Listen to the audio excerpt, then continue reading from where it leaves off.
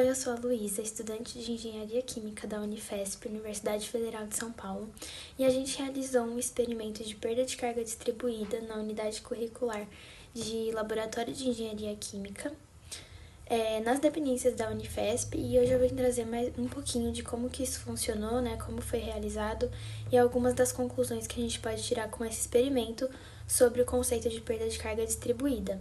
A referência que a gente utilizou foi Mecânica dos Fluidos, escrita por White. Então, só contextualizando, a perda de carga distribuída está presente nos processos de engenharia quando a gente fala de dimensionar uma bomba, dimensionar um ventilador. Esse tipo de dimensionamento é necessário quando a gente está em processo de resfriamento ou aquecimento, que é muito presente nas indústrias químicas. Um outro ponto importante é como que essa perda de carga é gerada, né? Então, o escoamento interno das tubulações, ele dissipa a energia devido ao atrito, e aí essa energia dissipada causa uma perda de pressão total no fluido, né, ao longo do escoamento, e aí isso é determinado como perda de carga. Também é importante ressaltar que o que a gente está falando aqui hoje é de perda de carga distribuída, ou seja, a gente só está levando em conta a perda de pressão distribuída ao longo do comprimento do tubo, e não considerando a presença de acessórios, né, como por exemplo válvulas ou cotovelos, e nem mudança de direção desse fluido. Um outro ponto importante para destacar é que a perda de carga ela está relacionada ao diâmetro da tubulação, ao comprimento dessa tubulação, ao material que tem na tubulação, né, que aí entra a rugosidade da parede, né, as propriedades do fluido de escoamento, como por exemplo a massa específica e a viscosidade, e a velocidade do escoamento que está tendo dentro dessa tubulação. Então, a gente pode usar o Bernoulli para fazer algumas considerações e chegar na conclusão de que realmente a perda de carga, na situação proposta do experimento, é a diferença de pressão pelo peso específico do fluido. E aí, vou mostrar um pouquinho mais para vocês lá na frente, mas já fica adiantado aqui essa parte mais teórica, né? Bom, dando sequência aqui, né, os materiais que a gente utilizou foram as válvulas para permitir o escoamento do fluido, os manômetros, né, para fazer a leitura de diferença de altura e a partir disso calcular a pressão, a queda de pressão, a diferença, o ΔP, um reservatório de água que foi bombeada a água para essas tubulações a partir de uma bomba, que é o número 4 aí, e a gente controlou a vazão dessa água pelo um rotâmetro, que é o número 6, para essas tubulações. Sobre as tubulações, foram 4 utilizadas, sendo 2 de aço com diâmetro diferente, uma de 1 polegada e outra de meia polegada, uma tubulação de acrílico e uma tubulação de PVC. Passando aqui no vídeo, a gente consegue ver a bomba fazendo seu papel, que é bombear a água presente no reservatório para as válvulas, para poder abrir e passar pelas tubulações, né? E aí, no segundo vídeo, a gente já consegue ver a parte dos manômetros, que é por onde a gente mediu a diferença de altura e a partir disso a diferença de pressão. E aí tem todas as tubulações e os diâmetros que a gente utilizou. Então, o primeiro lá de 1 polegada, esse segundo a gente não utilizou, o terceiro de meia polegada, o de acrílico e o de PVC. Além disso, a gente consegue ver aí as tomadas, né, de pressão, por onde que a gente tirou essa medição da água nos manômetros. Então, tem a tomada inicial e a tomada final. E aí, só seguindo o fluxo, essa água sai, tem tanto o retorno por baixo, né, para voltar para o reservatório, e por cima também, no caso de perda de medição. Agora, sobre os dados dos tubos. Então, como eu falei para vocês, foram 4 tubos diferentes, né? 2 com o mesmo material e os outros 2 com materiais diferentes, de acrílico e PVC, sendo as mudanças nos diâmetros de meia polegada e 1 polegada. O de acrílico e PVC tinham diâmetros diferentes, mas o de PVC e de aço de meia polegada tinham diâmetros iguais. Tô ressaltando isso porque mais pra frente a gente vai fazer uma análise desses resultados. Então, a gente tem o diâmetro interno aí convertido para metros, a rugosidade desse material, o coeficiente, que também foi utilizado para os cálculos, né? O comprimento, da onde a gente tomou aquelas medidas que igual eu falei para vocês, e a rugosidade relativa, que nada mais é do que a rugosidade do material dividido pelo diâmetro da tubulação. E aí fica os nossos dados experimentais, né? Que é a vazão e as perdas de carga calculadas. Iniciando algumas das conclusões que a gente consegue ter, primeiro, utilizando o mesmo materiais de diâmetros diferentes. Então, a gente vê que o aço de 1 polegada e o aço de meia polegada, eles possuem perdas de carga diferentes. A maior perda de carga é a do diâmetro menor. Isso porque na fórmula da perda de carga, depois quando eu for mostrar para vocês, né, na equação universal da perda de carga, a gente consegue ver que o diâmetro é inversamente proporcional à perda de carga. Então, a gente realmente consegue comprovar isso no experimento, obtendo que para um diâmetro de meia polegada, a perda de carga é bem maior do que para o diâmetro de 1 polegada do mesmo material.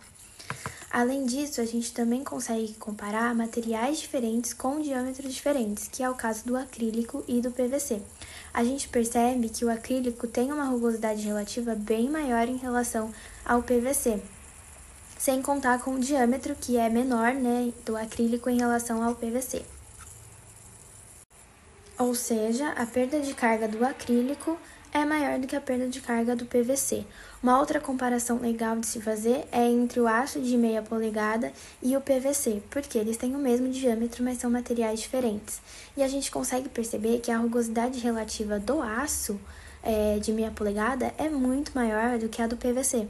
Então, a gente espera também que a perda de carga do aço de meia polegada seja maior do que a do PVC, e é isso que a gente enxerga aí nos resultados obtidos experimentalmente. Agora eu vou falar um pouquinho sobre os nossos métodos, né? Como que a gente conseguiu chegar nessa relação de diferença de pressão por Bernoulli, quais foram as nossas considerações e qual é a equação universal da perda de carga, igual eu tinha mostrado aqui, comentei aqui com vocês, né, para fazer essas conclusões. Então, aqui eu trago para vocês um pouquinho do nosso experimento, como foi realizado, né? Então, como eu falei, temos as tomadas de pressão no início e as tomadas de pressão no final, que é por onde a gente vê no manômetro e tira essa diferença. O que a gente já consegue concluir? Que a altura, né, entre elas, a diferença de altura, não existe. Então, Z1 é igual a Z2, que a gente vai utilizar no Bernoulli. Além disso, a gente também consegue falar que a velocidade no ponto 1 é igual à velocidade 2 no ponto 2. Então, também vai zerar na parte do Bernoulli. Então, passando aqui para a equação de Bernoulli, né, a gente já consegue eliminar alguns termos, chegando no que a perda de carga, na realidade, é a diferença de pressão sobre o peso específico do fluido que está escoando na tubulação. Aqui eu também mostro a equação universal da perda de carga, que eu tinha comentado ali na avaliação da tabela, né, na análise da tabela. Então, a gente consegue realmente ver que o diâmetro é inversamente proporcional à perda de carga, o que caracteriza um menor diâmetro, uma maior perda de carga. Além disso, a gente utilizou essa equação para poder fazer as comparações entre o valor experimental que a gente obteve da perda de carga e os teóricos a partir de correlações que a gente supôs, né? E aí existem várias correlações, eu vou falar das que deram certo aqui, as que tiveram um menor erro entre a perda de carga experimental e a perda de carga calculada. Em relação ao aço de meia polegada, a melhor correlação que a gente obteve foi a de Nicurádice. Gente, perdão a pronúncia, eu não sei pronunciar todos os nomes. A de aço de 1 polegada foi a de Hazen-Williams, a do acrílico foi a de Suami-Jane e a do PVC foi a de Prandtl. Agora eu vou apresentar para vocês um pouquinho dos nossos resultados, né? Depois dos nossos cálculos, quais foram as melhores correlações para poder chegar mais perto da perda de carga experimental que a gente mediu. Então, para o aço de meia polegada, a melhor correlação que a gente encontrou foi a de Nicurádice. E aí existem algumas condições para ela ser aceita, né? Primeiro é que o perfil de velocidade esteja completamente desenvolvido e que o escoamento seja turbulento. Além disso, a gente consegue obter o F, o fator de atrito nessa equação. Então, a gente também colocou ali. A gente apresenta nessas tabelas a vazão que a gente estava realizando o experimento, né?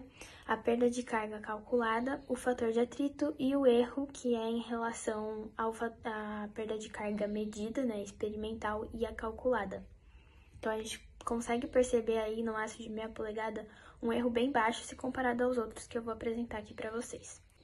Para o aço de 1 polegada, a gente tem as medidas aí, né? Para a correlação de Hazen-Williams.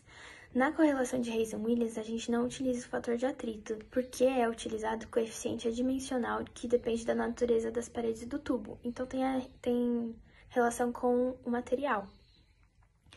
E aí, algumas das condições para essa correlação é que sejam condutos livres ou forçados, e o perfil de velocidade completamente desenvolvido também. Além disso, o escoamento turbulento. Agora, os resultados para o acrílico, né, que a gente utilizou a correlação de Suomi-Jen, que foi a que apresentou o menor erro. Ela é um pouquinho mais longa de fazer, né, então a gente apresenta aí também a perda de carga calculada e o erro em relação à perda de carga calculada e experimental. Nesse caso, foi possível obter o fator de atrito, né, por conta da correlação utilizada. E para a correlação de Suomi-Jen, as condições é um perfil de velocidade completamente desenvolvido e escoamento turbulento também. Já para os resultados do PVC, a melhor correlação foi a de Prandtl. Então, a gente percebe que o erro ele é bem grande, mas foi a melhor correlação encontrada dentre as disponíveis, né?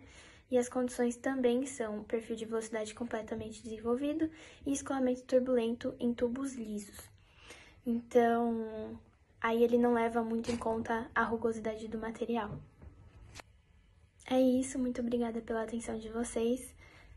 Estamos disponíveis para qualquer dúvida. E esse foi só um pouquinho do que a gente realizou nesse semestre no AUC de Laboratório de Engenharia Química 1. Tiveram vários outros experimentos em relação à perda de carga localizada, como Reynolds funciona, esvaziamento de um reservatório, por exemplo.